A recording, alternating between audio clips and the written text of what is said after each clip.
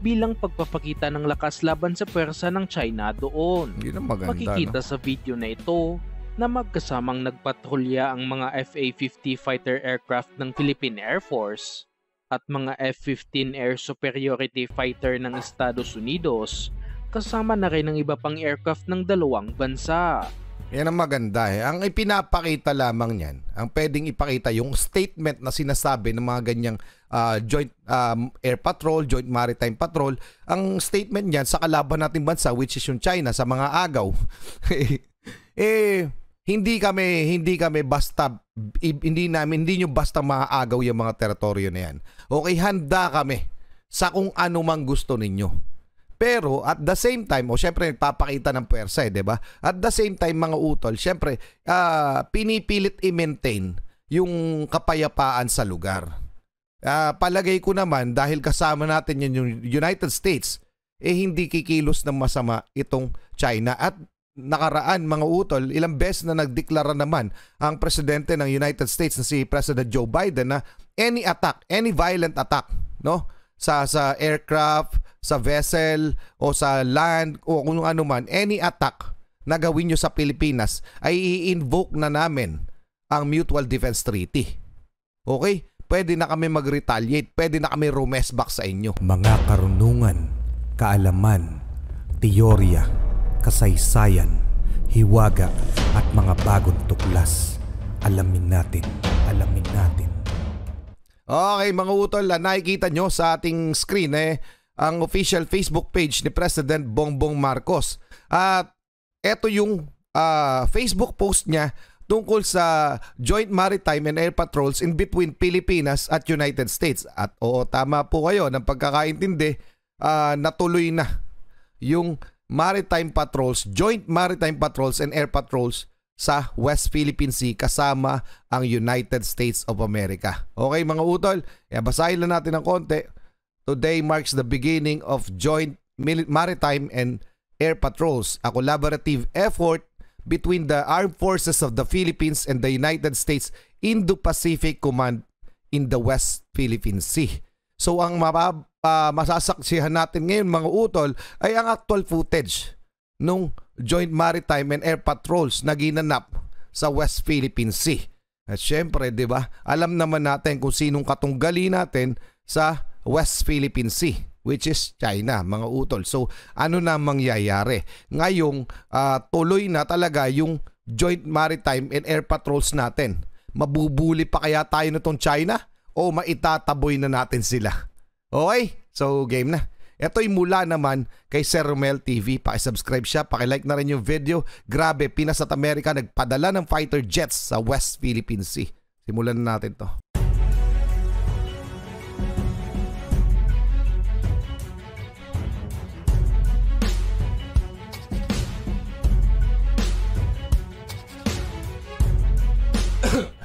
Nakakaalarma na sa ngayon ang presensya ng China sa West Philippine Sea. Tama. Hindi lang dahil sa pinuputak din na ng mga Chinese militia vessels at mga China Coast Guard vessels ang ating mga katubigan doon, kundi pati na rin ang mga lumalaking artificial islands. Nakakabahala ng sobra ang mga artificial islands na ito dahil para na rin itong base militar ng China at kayang abutin ng mga fighter jets na nakaistasyon doon ang mga syudad sa Pilipinas sa iilang minuto lamang, kaya malaking banta ito sa seguridad ng bansa. Totoo. Mayroon din naman tayong mga binili na mga Spider missile air defense system mula sa Israel, ngunit iilan lang ang mga ito at nasa 60 kilometers lang din ang range, kaya hindi nito kayang protektahan ng buong teritoryo ng Pilipinas.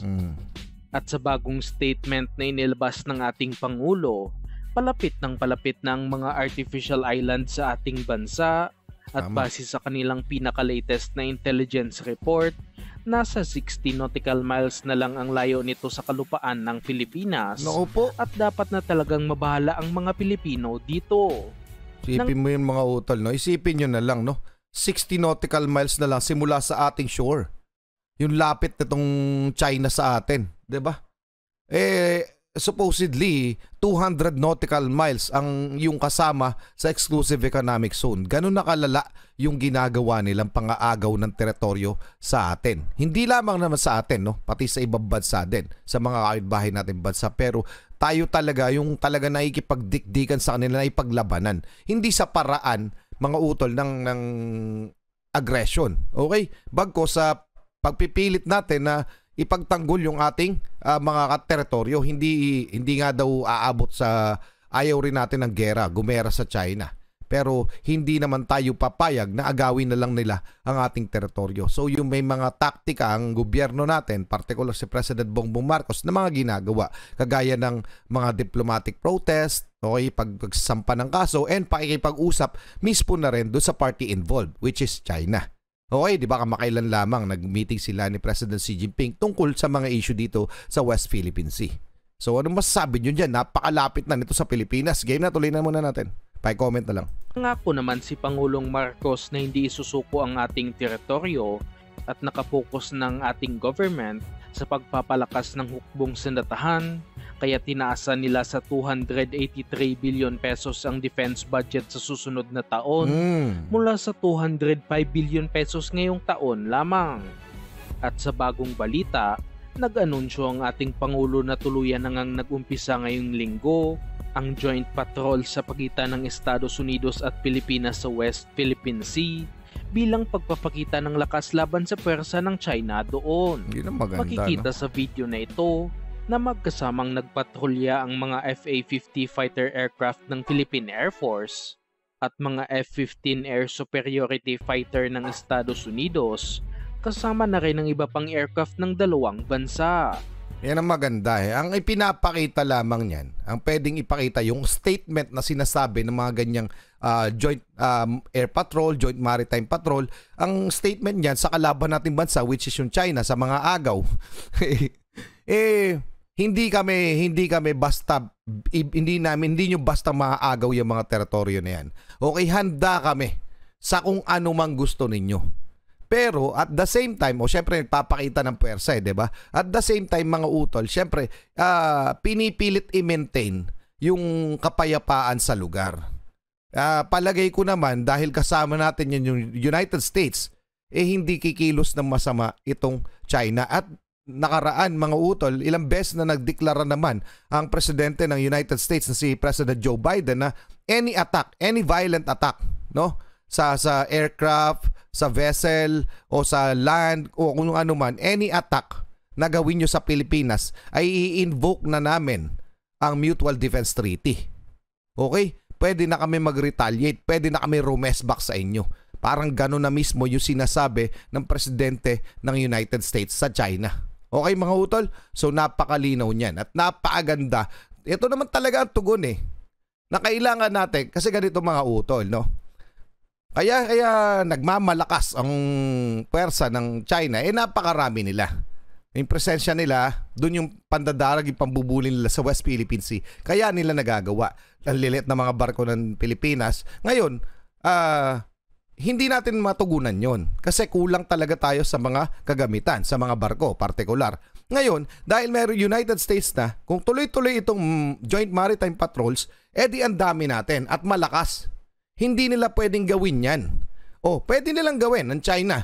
Pero magkakaroon sila ng atraso sa United States of America kung sakali na gawin nila yan nakasama natin ng US. So, dun pa lang mapipigilan na. At eventually, sana mapag-usapan ng presidente ng Pilipinas, ng presidente ng China na umalis na silang tuluyan sa West Philippine Sea, etong China. Mapaalis na ng presidente nila. Pumayag na, no? Pero, may isa pa. Sana, kung sakali, maitaboy natin na lang. Kung walang magagawa, di itaboy. Pwede yung mga utol. So, ano masasabi nyo dyan sa mga movement ng ating gobyerno? Paki-comment na lang, ituloy na natin. Makikitang armado ang ating mga fighter jets ng AIM-9L Sidewinder missiles. Kaya hindi lang ito basta-bastang mag-iikot lamang. Dahil nakahanda ding mag-intercept ang ating mga fighter aircraft. Tama. Ayon sa mga eksperto, napilitan na talaga ang Pilipinas na magsagawa ng joint patrols kasama ang Amerika Dahil na rin naging sunod-sunod na ang insidente sa West Philippine Sea at patuloy na lumalaki ang kanilang pwersa sa ating mga katubigan, kaya kailangan na ring magpakitang lakas ng ating hukbong sinatahan. Totoo. Hindi lang din mga fighter jets ang ipinadala ng Pilipinas, kundi kasama na rin dito ang 3 warships ng Philippine Navy at mga Super Tucano light attack aircraft. Ngunit sa mga sitwasyon na ito, makikita na talaga na dapat nang dagdagan ng Philippine Air Force ang kanilang mga fighter jets dahil mabilis maluluma ang ating mga FA-50 kapag ito ang palaging gagamitin sa air patrol sa West Philippine Sea. Tama mga utol, no? Yun nga, yung ginagawa na yan natin, kasama ang US, pagpapakita o bilang tugon doon sa aggression o sa patuloy na aggression ng China Coast Guard at China Maritime Militia. Na sa ngayon, tinatapatan na natin. Yan naman yung lagi nilang pinag-uusapan, no? Pwede na nating tapatan yan. Kaya lang, paano hindi natin kayang tapatan? Kasi kulang tayo sa gagamitan, okay? Ngayong game na ang United States of America, nag-offer din ang Japan, nag-offer din ang Australia. Imagine mo, for so long, ganun ang gagawin natin. Ano kaya ang magiging reaksyon ng China dito? O anong gagawin ng China? Kikilos kaya sila nung kagaya ng mga kinikilos nila ng mga nakaraan? Mambabangga kaya sila ng barko? Itataboy nila kaya? Bobombahin kaya nila ng tubig? I don't think so. O ano sa palagay nyo, mga utol? Ha? Comment nyo na. Tuloy na natin. At dahil nga sa tinaasan ang pondo ng AFP para sa susunod na taon, paniguradong mapipirmahan na ang multi-role fighter project ng ating Air Force. Ama. At kahit saan sa JAS 39 Gripen na offer ng bansang Sweden, o hindi kaya ang mga F-16 na in-offer sa atin ng Estados Unidos, o hindi kaya mga bagong FA-50 Block 20 fighter jets, ay magiging malaking tulong na sa ating Philippine Air Force. Dapat na talagang bilhin ito ng bansa dahil simula pa noong 2018 pinag-uusapan ang proyektong ito at hindi natin pwedeng iasa sa ibang bansa kahit na mismo sa Amerika ang pagdepensa sa ating sariling teritoryo. Totoo yan mga utol, no? Ganun talaga, no? Habang, kumbaga, yung mga kaalyado natin handa naman tumulong sa atin when it comes to yun, defense at saka magregalo na kasi government to government ang usapin diyan pag-order ng mga kagamitan, no? Ngayon, ang dami namang handa tumulong sa atin. Okay? So, pwedeng yung iba diyan ay utang, loan, no? Okay? So, pwedeng mapabilis ito. Pero sa totoo lamang, tama yung ginagawa ng ating gobyerno. Habang umo-order tayo, habang nagre-ready tayo, nagpapalakas tayo ng ating sandatahang lakas, nandyan yung ating mga kaalyado. Habang hindi pa natin kaya. Pero hindi naman ibig sabihin, pag kaya na natin o malakas na ang ating sandatahang lakas, paalisin na natin sila o babaliwalahan na natin sila. Hindi po ganun. Mas mabuti na rin na nagpapalakas tayo kasi yung mga joint military exercises, marami tayong natututunan dyan. And syempre, iba nga yung naging statement nito sa mundo na tayo, kumbaga, may mga kakampi tayong matitibay. And bukod pa doon sa kaya na nating ipagtanggol ang ating bansa. Okay? Laban sa kung sino man. Yun lang agandahan dito sa mga proyekto na ito, dito sa AFP Modernization Program. So sana nga, mas mapabilis. At sana, kung sino man susunod na uupong presidente, ay sana ituloy. Ituloy yung pagpapalakas ng sandatahang lakas. So ano masasabi nyo dyan mga utol? Pa-comment na lang.